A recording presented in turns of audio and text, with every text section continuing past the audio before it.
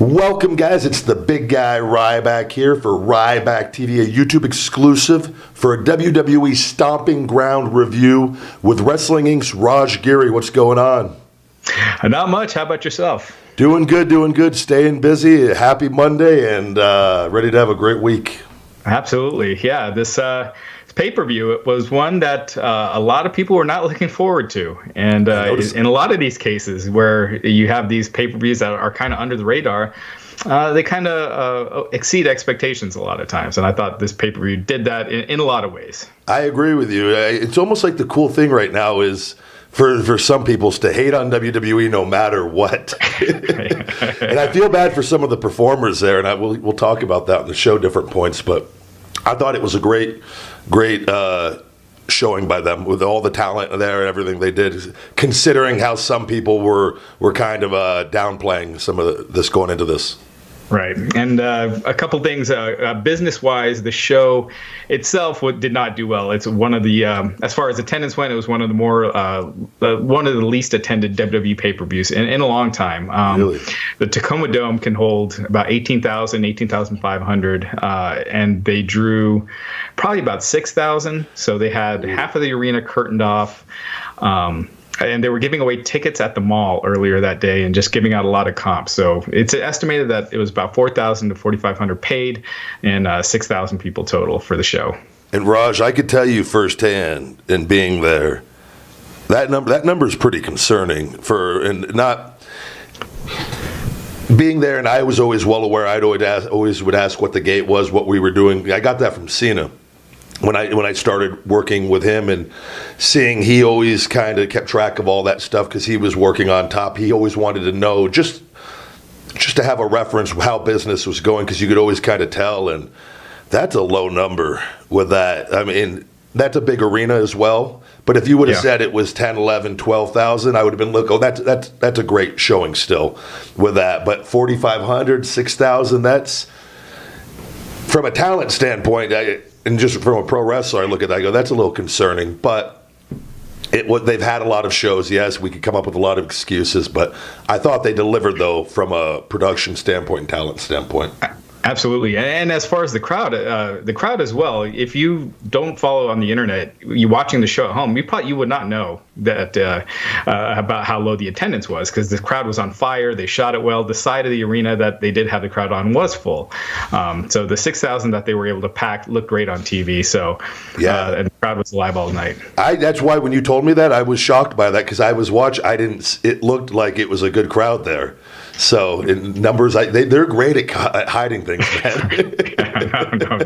Absolutely, it was like magic. But it was. I should know this. I've been there. I've seen some of the stuff they've done at times. So it was great.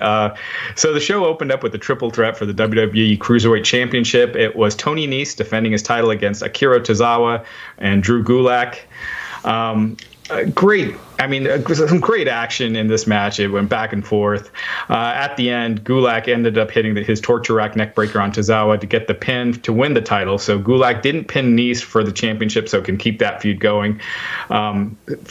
Really fun opener, I thought. Ryback, what were your thoughts on this match? I agree. I thought all three guys are extraordinary talents. And this is what I wish with wrestling and WWE. These guys go out and have a killer match. And the crowd needs to be even more invested in them, and the way for that to happen is they need more TV time, not wrestling, because the wrestling's already there. They need more major time on Raw or SmackDown, particularly Raw, in being featured a little more with personality to get the crowd even more invested. I'm talking as a whole. Hardcore audience knows what those guys bring to the table and whatnot. I always kind of equate it to when I was younger and you were watching the cruiserweights. They always just got less time as far as character development, and I never cared as a fan as much about that. I loved watching them wrestle, so I think WWE would be really wise. You got these guys, and you don't got to make them the stars of the show necessarily, but give them more time for character development, however you can. And I thought they started off the show awesome. Yeah, and it does seem like I know WWE likes to follow their way of doing things, but if they took some of WCW's way that they handle the cruiserweights, where they just let them go and just go balls to the wall, at a frantic pace, whereas WWE has them wrestle a more controlled style, so their matches aren't all that different than a lot of the the heavyweight matches. It seems like if they allowed them to be themselves and they allowed them to open Raw, fast like the cruiserweights used to open Nitro, I mean that might help them get them over a little more.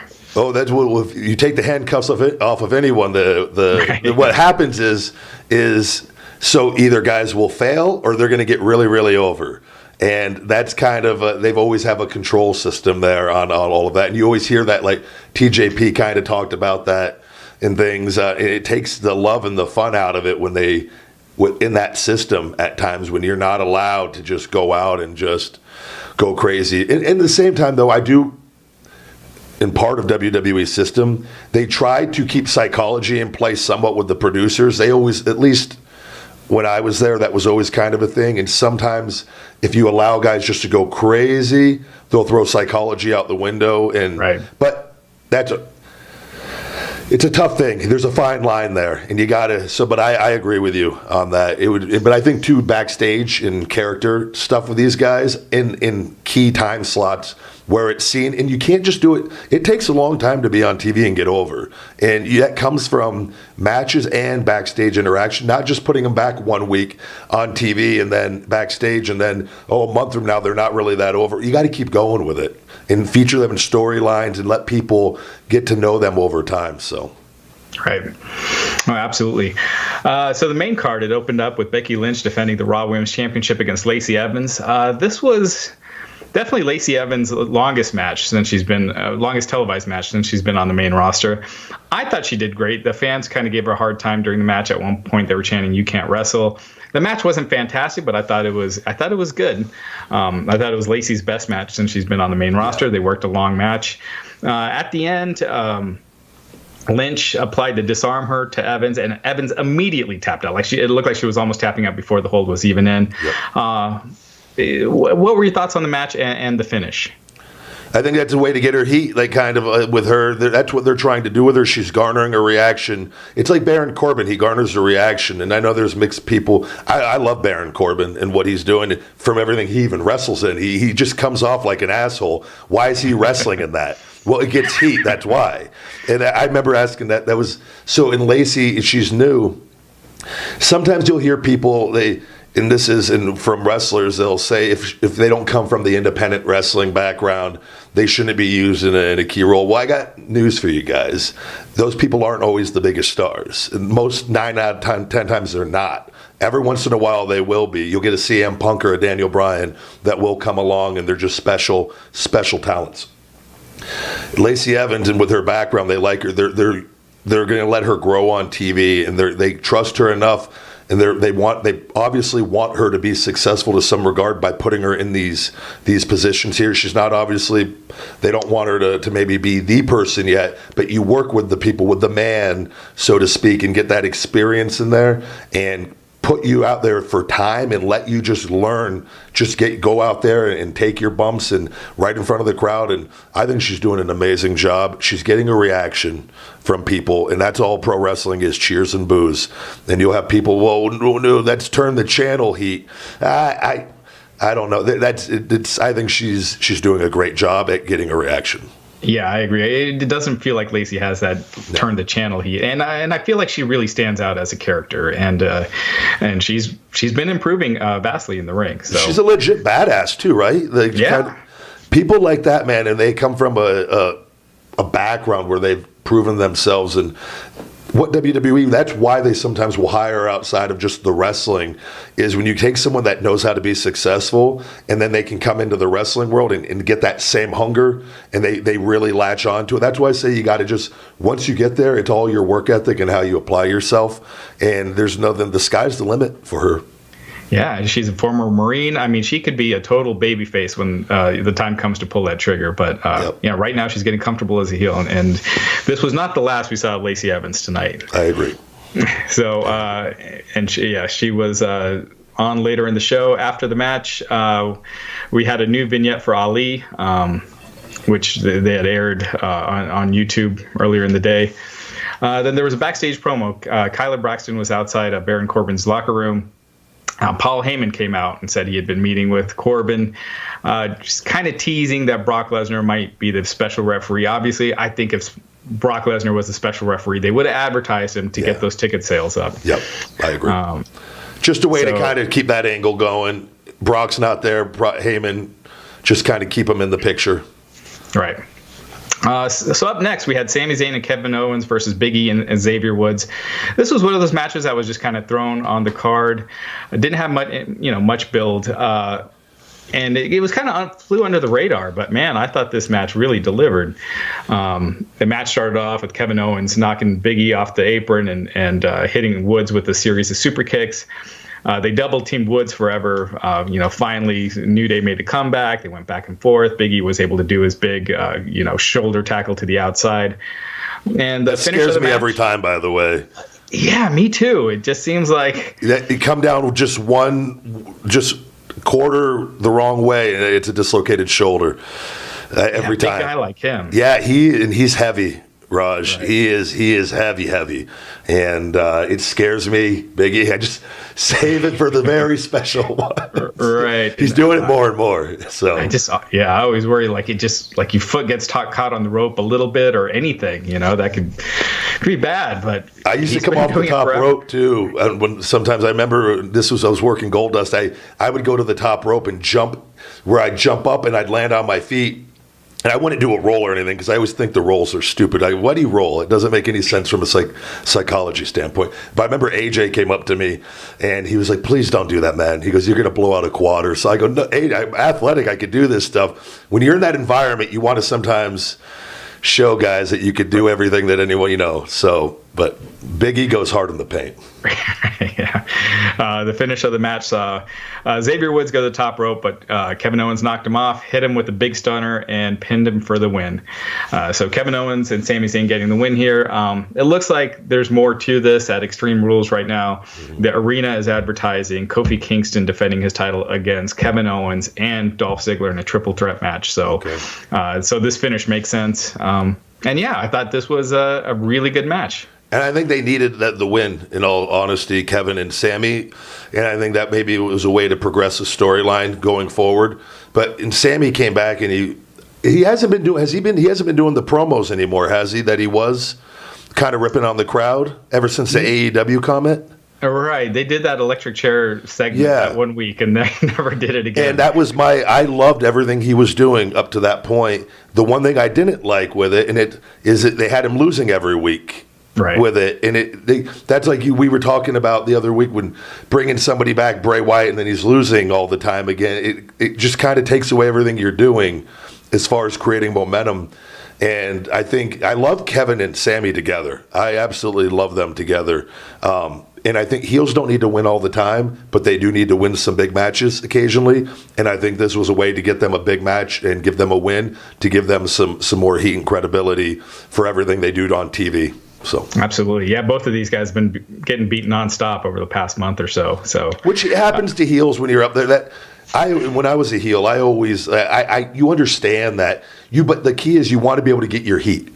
That's all you want. You got to have your moments. If you lose a match, you get to attack them afterwards, throw a tantrum, whatever it is, where you have your heat one way or the other, and you just need some big victories here and there. You don't need them every week like a baby face. So yeah, I agree. The one thing though is when someone's getting put in the world title picture, and this happened with you, and I thought it just made no sense to me when you lost to Mark Henry at that WrestleMania, and the next night you're starting a program with John Cena. You're not going to have Andre the Giant lose to Jim Duggan before facing Hulk Hogan at WrestleMania 3. Yep. It just takes that. That unbeatability that you want in that heel. I agree with you. That's like I've talked about. That made no sense. That was done for different reasons. That was done to embarrass me and kind of put the nail in the coffin on Ryback. And it actually backfired the following night with the reaction got even louder. And I remember, but with that, it makes no sense on that. And they do it quite often on different things. And you need the heel to be. I remember when I was a kid watching I didn't know Earthquake sat on Hogan and I remember being terrified of Earthquake. I loved Hulk Hogan. I remember thinking there's no way Hulk Hogan can overcome this with just what I had seen on TV. And that's what I feel like you need, that, especially for kids watching or adult, you need to believe that heel has an opportunity to win. Right. Yeah. Yeah, absolutely. You want the card stacked against the babyface and the heel to look strong. Yeah. It's hard today, but I agree. Yeah, it just a little booking help, and you can do it. It's definitely possible. They've done it before. So. Right. Yeah, I mean, yeah, exactly. This company has done it before, so they know how. So we're back from the break. There's a backstage segment with Nikki Cross approaching Alexa Bliss backstage. Cross was saying how she was excited to be in Bliss's corner, basically kind of nodding a wink that Alexa Bliss is faking being her friend and just using her. But up next, we went to what I considered to be the best match on the show, the U.S. title match between Ricochet and Samoa Joe. Yeah. Samoa Joe, I just think when he's with a smaller guy, the matches are just always incredible. Yep, he's an amazing talent. Yeah, absolutely, and he let Ricochet get everything in. I mean, this match was like a showcase for Ricochet. He did all his big moves, and at the finish, Ricochet dropped Joe over his knees. He went to the top and hit the 630 for the pin to win the title. So a clean win for Ricochet, big victory, and it looks like they're finally putting the straps on, the rocket strap on Ricochet. Yeah, I think Samoa Joe, too, to give him more credit, he's one of those guys, you could put him in there with anybody, and he can have a good match. When I say a good match, a believable match. He knows how to get himself over, but he also knows how to make other talents look good as well, which isn't always the case with guys. And he's believable. Yeah. He's not your ideal classic muscled up physique, but I like, because Joe's is like a warrior. Like, he works out, like he's fit, he takes care of himself, he does the MMA training, he does everything you would want a pro wrestler to do. Like, I don't give a shit what his body fat percentage is. He goes out there and he busts his ass, which is my whole thing with pro wrestling. Treat yourself like an athlete. It doesn't matter how you look. It's like fighters. You got a fighter that has a higher body fat percentage, but he's doing more training than anyone. He just genetics. That's just how he looks, and that's what Joe is like, a perfect example of that. He does everything a pro wrestler should. He's believable, which is he has the size that not everyone has today. And I thought that was a great way. Ricochet, I think he needed this right now with him being on the main roster and kind of doing the tag thing, going on himself. This is a great way to feature him now, and I thought they did that by having the backstage segment and showing talent coming up to him to kind of make it a big deal. It kind of helps elevate the U.S. title in a way too. And I think the key point in all of this is if they take Ricochet now and start a build to a world title type push, or is this going to become one of those where he holds the title for a while, loses it, kind of back in the shuffle? It happens. And yeah.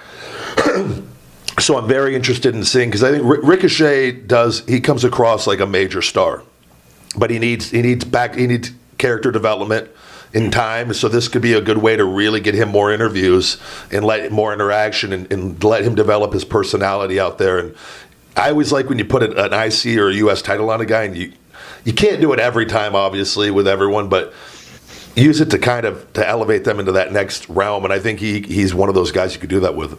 Yeah, and tonight he's scheduled to face AJ Styles on Raw. That looks like the next program.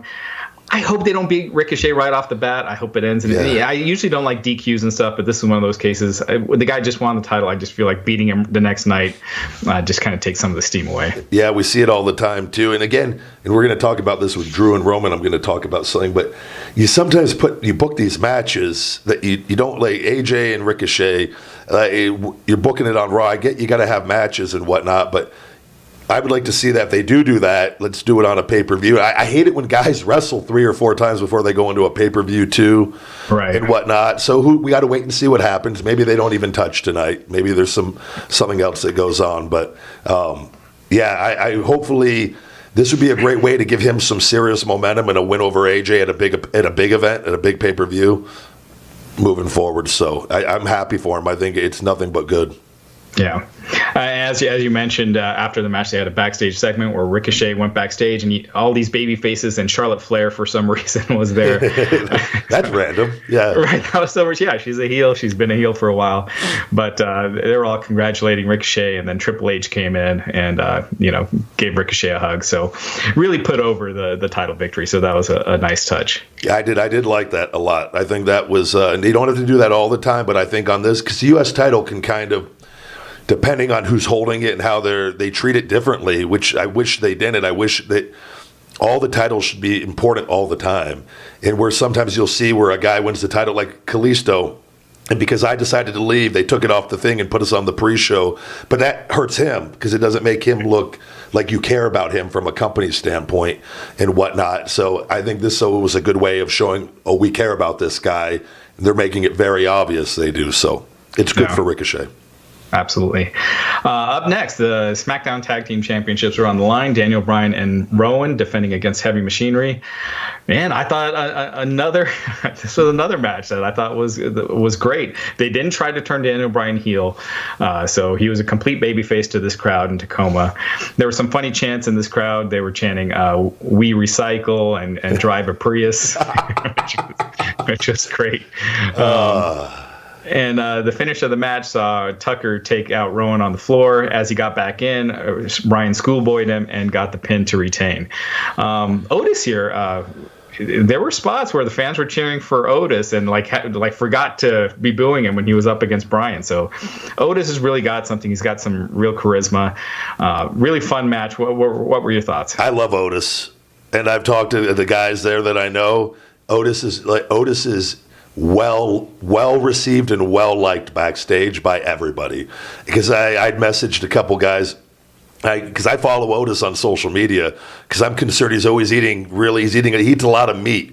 He's very I say like he's scared. He's a walking heart attack with how he eats. And I text Heath the other day, a few weeks back. I go, man. Otis, I can tell he's making a little bit of money now, and he's living the good life, eating on the road all the time, and he's showing it on social media. And Heath, man, tell him to eat some fucking vegetables. And he can still eat the meat, just throw some greens in there, please. And Heath goes, man, we all tell him this, Ryan. And it's just, I love Otis because he is such a character, but he's a legit badass as well. And with a wrestling background, but he understands the entertainment aspect of pro wrestling, which is but he can go out there and go. And that's what you need a balance of, I feel like, especially for WWE, to be a big time TV star. He has all the makings of a guy that can, not to say, I think he could be one of the main characters on the show over time if they develop him with his personality, because he has that type of magnetic personality. But I thought this was a great tag match. I was watching deep down. I really wanted them to win, the Heavy Machinery, because I think it would have really been a good way to get them some momentum and really elevate them. And I think they need to even further. And again, Tucker, these guys, they're new, and I don't want to take anything away from Tucker. He's a big guy, but I feel like with Otis, there's just something, it's that X factor in a guy that you can't necessarily just put your finger quite on. But when I see him on TV, I'll stop everything and watch everything he's doing. And I go, man, this guy has something. And he's silly at times. And I love that, man. And you go back and watch like Hulk Hogan back in the day when Hogan was serious. But he was slapping his ass at times. And he would do silly things. And he just had that. Right. He had something about him that we just all loved. And I think Otis, there's just something about this guy. But I thought Daniel Bryan and Rowan, I love them. And I'm friends with both of the guys, and they went out there. They had a great match. I like to see that people keep titles for a while as well, so I'm okay with them keeping the tag titles, because I'd like to see Rowan be used better on a longer term basis, and I think this is a good thing with him and Dan. Yeah. So, but a great. Hopefully Heavy Machinery, they get them, keep featuring them, and keep them in the picture one way or another, because they are great in my book. Yeah, and I'm kind of with you. I was kind of hoping Heavy Machinery won, but for another reason. I feel like Daniel Bryan could really go back to being a singles. I feel like they need that singles star. They need more top singles guys right now. They're recycling the same matches over and over. We just talked about Ziggler, and it looks like Ziggler will be in the title match again next month. And this is nothing against Ziggler. It's just the redundancy and fans getting tired. So, well, Ziggler too, you got to remember, and this is my problem. This is another reason why I was okay leaving. When you stay there for too long, you get stuck in a rut with how they book you. Eventually there comes a point then, even when they decide to use you good or better, it's almost too late in some of the fans' eyes because of you get so well known for how they've used you in the past. And Ziggler's one of my favorite talents ever. And he's one of my friends, and it's not that he's amazing. And it's just but they don't ever go all the way with it, and that kind of gets repetitive after a while with that. And not on him, just with their booking. It's like pull the trigger and let this guy go. But again, booking a situation, we know this is all about Kofi right now, and they know that too. And they're just looking for, I don't want to say filler matches, but they need pay-per-views where Kofi gets wins. So, and that's what it is. Yeah. Up next, we had Alexa Bliss against Bayley for the SmackDown Women's Championship, with Bayley defending. This match, I felt like it wasn't quite up to the level of the previous matches. But by the end, I thought it was pretty good at the end. There was one spot, though. I mean, Alexa Bliss has had a lot of concussions lately, and they did that. Did you see that monkey flip to the turnbuckles that Bayley gave Alexa, and she hit her head on the turnbuckles? Yeah. I had that on in here when I was doing the interview with Ken. Yeah. Well, what were your thoughts on that? It just seems like if you've had a lot of concussions lately, don't go, head first and backwards into the turnbuckle. Yeah, this is one of the things you see people when you get up there, and you other talent. Sometimes you think you got to go out and show people or show the people in the back how bad you want it and how much you're willing to sacrifice. You don't have to. And you could work hard and do a lot of other things and be smart and stay healthy and keep making money and keep being entertaining. And you could do there's a million moves you could do out there that you don't have to always put your head or neck at jeopardy and whatnot. And I think sometimes sometimes you got to hold the talent back from themselves, and they need to do a better job at that. Maybe have some discussions like, look, you don't need to be doing this. Let's chill out. From a business standpoint, you want to protect your investment. You don't want them, out. And the more that you get those concussions, the more susceptible you are to them and whatnot. And man, I'm telling you, that WWE schedule, like Ricochet, I just saw a thing with him and Jericho. He wants to start doing the code breaker because they're doing the 6:30 every night. It's taking its toll on him, and right. His body was already beat up before he got to WWE, from what I've heard from people, and as we all are. But you start doing that schedule, and you gotta pick and choose your moments. And there's some things, just because you could do it doesn't mean you do it every night. And you learn that either the hard way or you eventually someone smartens you up. So I get it. You want to go out there and just show everybody what you can do, and there's other ways to do that as well. Yeah, no, absolutely. The finish of the match saw Alexa Bliss go for the Twisted Bliss, but Nikki Cross runs in the ring to distract everyone out of nowhere. It was kind of an awkward spot. The referee sent her to the back. Bliss pushed Bayley back to the mat and went for Twisted Bliss, but landed on Bayley's knees. Bayley hit the Bayley suplex for the clean victory to retain. So after the match, that was pretty much it. After the match, she left. Cross checked on Bliss and hugged her, and that was the end of that. I thought Bayley looked intense early on too. When I was catching the beginning of the match, just looked aggressive. That's one thing I was talking with Ken Shamrock too about some of today's wrestling, and he likes obviously the intensity and the believability, and sometimes I think that gets lost with people just learning spots or moves that they actually. And I heard someone talking about, I think it was Val Venus talking about The Rock, and he goes, The Rock wasn't the greatest technical wrestler necessarily, but he was great at the basics and everything else, and that's what I sometimes think the basics get overlooked in pro wrestling. That all the biggest stars in pro wrestling were masters of the basics at the fighting and the aggression and the intensity and whatnot and believability. And I thought Bayley was more intense this match.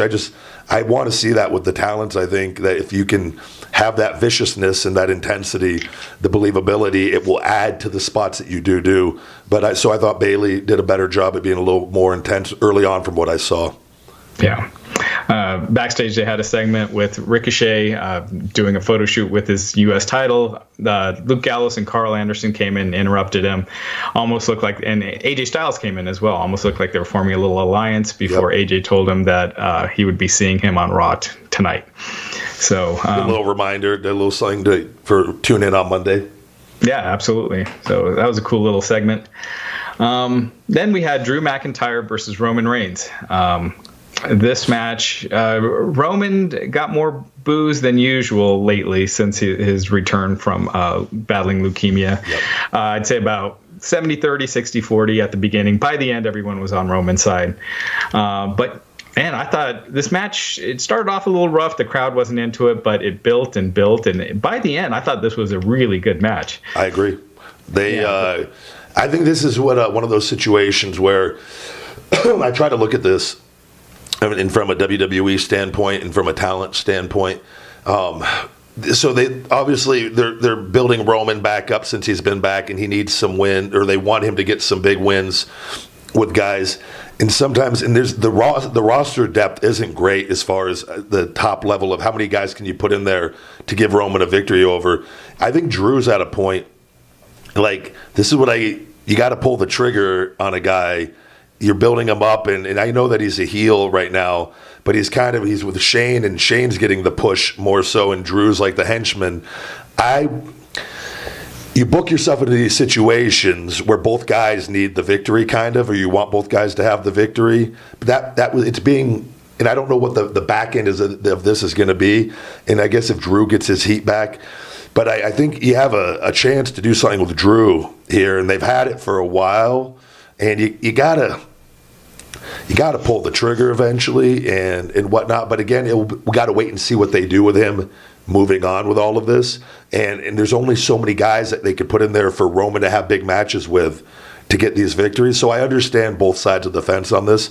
But I thought it was a great match. Two big, believable guys going out there working extremely hard. I'm fans of both of them behind the scenes and from an in-ring standpoint. So hats off to both of them. Yeah, to your point, it almost felt like it would have made more sense for Roman to beat Shane at Super Showdown. Yeah. Drew attacks him afterwards, and then Drew gets the victory here since Drew's a full-time performer. Even use Shane to cost him and use Shane to let Drew get the win that way. And I agree with you completely. But again, that comes down to what I don't know what their whole objective is with all of this. We've heard rumors of is it to put the title on Shane, which is that exists, man. It's their company, and you can't, and that it gets people angry. So it's triggered some people already. So it all depends. I don't know. I think Drew is a guy that you could really do something with. So. Well, we're just a few months away from the 20-year anniversary of Vince McMahon winning the WWE Championship. So, what better way than to celebrate it by having his son? Exactly. Yeah. No. So it's. That is probably what they will do. I actually tweeted what you just said. I feel like the thing kind of hurting Drew right now is that he's seen as Shane's henchman, and I think if you reverse that, where Shane is Drew's lackey and Drew is the main guy and Shane is kind of his lackey, yeah, I think then you can make a main event star right there. I like that together with that where it is, and Shane's really good at that. I feel like, and that would be great booking. Rush. Yeah. Up next, we had the Steel Cage match, WWE Championship, Kofi Kingston against Dolph Ziggler. Oh, man, they're two talented guys. They've wrestled each other, hundreds of times in the past. This match, it just never got going. It's a cage match, and they're doing long leg locks and submission holds. Yeah. It just never really felt like it got going. The crowd was quiet. At the end, the finish was pretty cool. I love the finish. Yeah, it was very creative. Ziggler was trying to climb out of the cage, and then Kofi just ran from the other side and leaped outside of the ring and got the win. Again, really cool creative finish. But Ryback, you and I both kind of grew up on the same kind of wrestling. Back in the day, cage matches were like a violent, way to finish a feud. And, at the end, you leave your opponent just like beaten and bloodied, and then you win. Yeah. That wasn't the case here. No. And it's, again, and I know Kofi said Dolph's one of his favorite guys to wrestle, and probably vice versa. And it's just they're in a tough spot, and Dolph's been gone. He's doing his comedy deal. They need a guy. They don't really have plans. They don't know what they want to do with him. Well, we know we could bring him back and put him in the main event. We know he's reliable. We know we can use him as this. And Dolph kills it every time. He does everything that's asked of him. And I absolutely love him. But sometimes that's the kind of match too, Raj, with these kind of guys. But I look at it from a talent standpoint and how and beat up everybody is, and where that might have been that kind of match, but for this pay-per-view too, where if they went out there and really killed themselves and did a bunch of high risk bumps off the cage and different things, it could have been a really, really, really killed each other. But at the same time, they both I have a feeling, knowing from a talent standpoint, they know what the deal is, and Dolph knows what's going on, and that's why they worked a different style match. But I thought great, because that finish though is what I remember from the match, and so I think that is when you have a strong finish like that. I think they were smart in working how they did and in doing that, because the finishes, when I saw that, I go, man, what a great finish. That was that's something that I remembered from the pay-per-view out of everything that happened, because it was a cool moment with Kofi and whatnot. But I agree with you, everything you're saying on that, and they're in a tough position. Yeah, and it does keep Dolph kind of strong, because it wasn't like he was beaten down. Kofi just kind of outsmarted him at the last minute. Yep, and I like that. That's exactly how I felt watching that. It didn't hurt Ziggler at all with that, and it can keep it going. And when you got Kofi and guys that have the title like this, you need to give them clean pay-per-view victories over guys. And it's really, you can't have every guy where it's if you have a lengthy reign, you got to have matches like this. You just have to with this, as far as not necessarily using the steel cage, but it's Dolph. I could see Dolph just being brought in just for this, and then Dolph goes back to doing the comedy tour, and then 6 months later they need him again, and which is great for Dolph. As far as from a wrestler standpoint, so. Right. Well, right now Dolph is advertised for next month's Extreme Rules pay-per-view against Kofi and Kevin Owens in a triple threat, but it's WWE. Plans can always change, as we've seen. Another match, exactly. Another match that's advertised for Extreme Rules is Roman Reigns against Shane McMahon and Drew McIntyre in a 2-on-1 handicap match, but they did a backstage segment here saying that that's going to happen on Raw tonight. I don't know if this is going to lead to a rematch or what, but so we're going to have a 2-on-1 handicap match on Raw tonight. It'll be interesting to see how this all plays out with everything with Shane, and if they are using Roman to put Shane over, it's very possible at the end of all this with the way. So. Matt Morgan does our post pay-per-view podcast, and he's like, there's no way WWE would invest all this time just to push Shane. I'm like, have you not been watching this show for the... I love Matt. Yes, they would. Yes, exactly. I was like, they do that. 100. I have seen it all. Yes, they would. Triple H and Shane McMahon are like the most protected talents on the roster. Yeah. No, they will. They can and they will. Yeah. So we go to the main event. WWE Universal Champion Seth Rollins defending against Baron Corbin. Corbin reveals the special referee for tonight, and it's Lacey Evans, who came out. Fans hated this. I thought it was a clever move, but the fans hated it. They gave this match a hard time at the beginning. They were chanting AEW. This is stupid. All this stuff, CM Punk. Yep. But Corbin and Rollins were really trying. They were trying all those classic heel referee spots where she would count really slow when Rollins was going for the cover. Yeah, I thought it was fun. They told a story. Right. Yeah, they were telling a story. Yeah. Sorry, go ahead. No, it's just they. I think a lot of people. Sometimes what happens is in that crowd. I get really disappointed at that when a crowd sometimes will just decide the older audience there that no, we're just going to shit on this no matter what. I feel like they were going to do that regardless of what happened with the choice, and it just didn't. I don't know that it actually made sense to me. Yeah. And so I'm okay with it. If it makes sense, it's even better. And I thought Seth and Baron did a great job at continuing to work. They had all those spots in there with Lacey getting in where you see Rollins getting more and more and more pissed. Is he going to put his hands on her? Is he going to? And I thought Seth did a great job at storytelling and showing that frustration with her. And sometimes you can get with Seth where it's hard sometimes to believe into his intensity. And I thought he was fired up and did a phenomenal job at being believable at that frustration with that, and with everything with Baron and the match going to no DQ and just getting changed along the way, no count out, no DQ. And I thought it all made perfect sense. I loved it. Yeah, and kind of to your point, it seemed like the fans had their minds made up at the get-go to crap on this match. So kind of similar to Roman Reigns versus Drew McIntyre. During Roman versus Drew, they were chanting, "This is awful" at the beginning, and then they turned around by the end. Same thing happened here. Like the fans did kind of get into the match as it went along, and by the end it got hot. Yeah. And it was building up to the spot where Becky Lynch came out. Everyone knew it was eventually coming. The finish saw Lacey slap Rollins twice. Still no Becky, and then finally she hit him with a low blow, and that prompted Becky to come out. Yep. And so Becky came out, took out Evans. Another referee came out.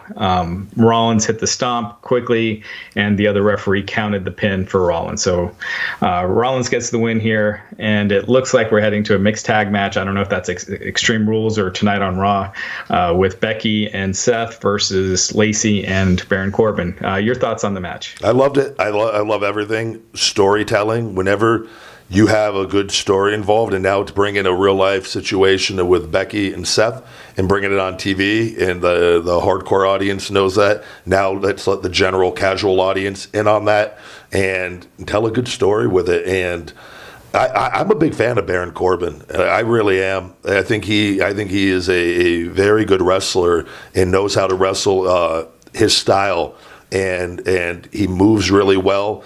He goes, I was not a fan of him wearing that outfit when he was in the GM role, and kind of it's now his wrestling attire, but it generates heat because he just comes off like this smug asshole and it works. Because I was a fan of his look before. I thought he had a main event run in him with the way that he looked before. I love his theme music. I love everything about the production of him. And it didn't fit necessarily that music now with what he's doing. But it's just, he's so good at this and how they're using him. And he generates heat, and there's one way or another. So, and then putting Lacey with him, who also does the same, and tying this all together, I'm looking forward to seeing where it goes. And I think it's good to have a mixed tag match going forward with this. And you don't always want to have singles matches, especially when you have the title. You need other things to keep things fresh. So I dug it. Yeah. So after the match, Rollins and Becky celebrated. Before we wrap this up, Ryback, I'd like to get your thoughts on this. I feel like them showing Rollins and Becky together kind of takes the edge off of Becky a little bit, and Rollins, I don't know, I just feel like it brings them down a little bit. It was different, and I don't know why because Becky, ever since WrestleMania and the way she was being booked up to WrestleMania to be believable to beat Ronda, has cooled down tremendously with that. And I don't know if they were, I don't know. Because when she initially came out, I was wondering are they going to use her to have her be the one that actually stands up to Baron Corbin and does something to him with one of the guys and let Seth win. But does that kind of make Seth look a little weaker on that as well with that? But just even that whole ending was, because I think when you just see a man and a woman together, it was a different way. I get what they're doing. They want to, I just probably show a different side of both of them, in all honesty. But something doesn't, you don't know unless you try it. And so I saw the same thing with how they ended the show even. I kind of go, that's a little weird. But so I don't know. I think you sometimes got to try things and just let it, but that might not be something that you want to do. I don't know with Becky. You got to be careful because they made her like they wanted her to be this badass, but you can't be a badass in that situation, like with how you're presenting it. Right, making googly eyes. Yeah, you know, it's weird. Like he didn't have Steve Austin doing that with Deborah. Yeah, no, that's what. But again, though, but Becky Lynch, she calls herself the man, but she's a woman also. So you can't portray her like, because that's that whole comparison thing. I never liked that either. I meant with Rollins. Oh, with Rollins, yeah, no, yeah, it's two little lovebirds out there in the fighting world. It's a weird thing, but I think sometimes, I guess if you look at it from like fighting, and you'll see a fighter and they're out there killing each other, and then afterwards they're with the baby and their family and they're hugging and they're kissing. But that just has a different feel than pro wrestling to me, and it definitely had a different feeling. I agree with you. So I don't. Well, that was WWE Stomping Rounds again, a pay-per-view that I believe exceeded expectations. Ryback, on a scale of 1 to 10, how would you grade this pay-per-view? You're calling me out, Raj. I'm gonna go ahead and give them a solid 8 because I thought they delivered. I really enjoyed it. And they exceeded expectations, which weren't hard to do based off of what everyone was. I thought they did a hell of a job from bell to bell, beginning of the show to the end. And my hat's off to everyone, all the talent, as always, for going out there. And from production standpoint, WWE, I thought they put on a good show. Yeah, it was a fun show. Nothing really monumental happened. There was the U.S. title change and a cruiserweight title change, but storyline-wise, nothing too huge. But it was a fun show, easy to watch up and down. So, well, thanks again, Ryback, for having me on. It's always great chatting with you. Always. And Raj, anything you'd like to go ahead and plug before we wrap up? Definitely check out WrestlingInc.com. Tons of interviews coming up this week. We got Conrad Thompson talking about the controversy with Chris Jericho at StarCast and the roast of Ric Flair. It looks like it won't be happening at StarCast 3. And Jeff Cobb, just tons of other interviews coming up this week. So definitely keep checking out WrestlingInc.com. Good deal. Well, as always, thank you for your time, guys. And you've just watched Ryback TV. Hey guys, it's the big guy Ryback, and I just want to say thank you very much for watching. Go ahead and punch that like, smash that subscribe button, and check out my all-natural supplement line. Supplement. Stupid! My all-natural supplement line. Feed Me More Nutrition, available on Amazon and feedmemore.com. And as always, Conversation with the Big Guy Ryback, available on all podcast platforms, iTunes, Google Play, SoundCloud, and wherever podcasts are available. Never forget, feed me more. Watch full episodes here on YouTube. Subscribe if you're new. Smash that like button if you had a great time watching. And for all supplements, check out feedmemore.com.